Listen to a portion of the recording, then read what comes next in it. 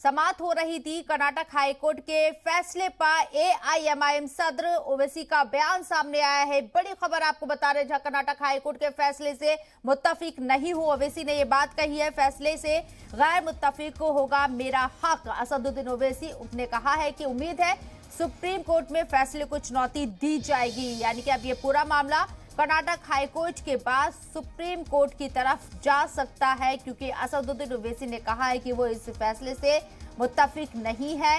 ये मामला supreme court में जाना चाहिए, इसको चुनौती दी जाएगी। असदुद्दीन ओवैसी ने ये बड़ी बात कही है। ये बड़ी खबर इस वक्त की आपको बता रहे हैं। कर्नाटक हाईकोर्ट ने अपना फैसला सुना दिया है।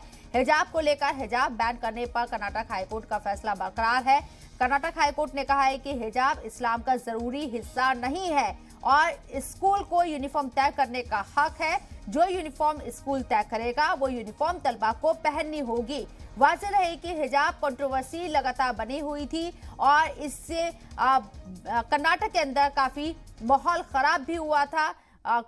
स्टूडेंट के बीच एक खाई बढ़ती हुई नजर आ रही थी हिजाब को लेकर और भगवा को लेकर काफी कंट्रोवर्सी हुई थी। अब ऐसे में जब मामला कर्नाटक हाईकोर्ट में पहुंचा तो कर्नाटक हाईकोर्ट ने आज अपना फैसला देते हुए इसे बैन कर दिया, यानी कि स्कूल में हिजाब नहीं पहना जाएगा, या ये कहे कि स्कूल अपनी यूनिफॉर्म तय करेगा।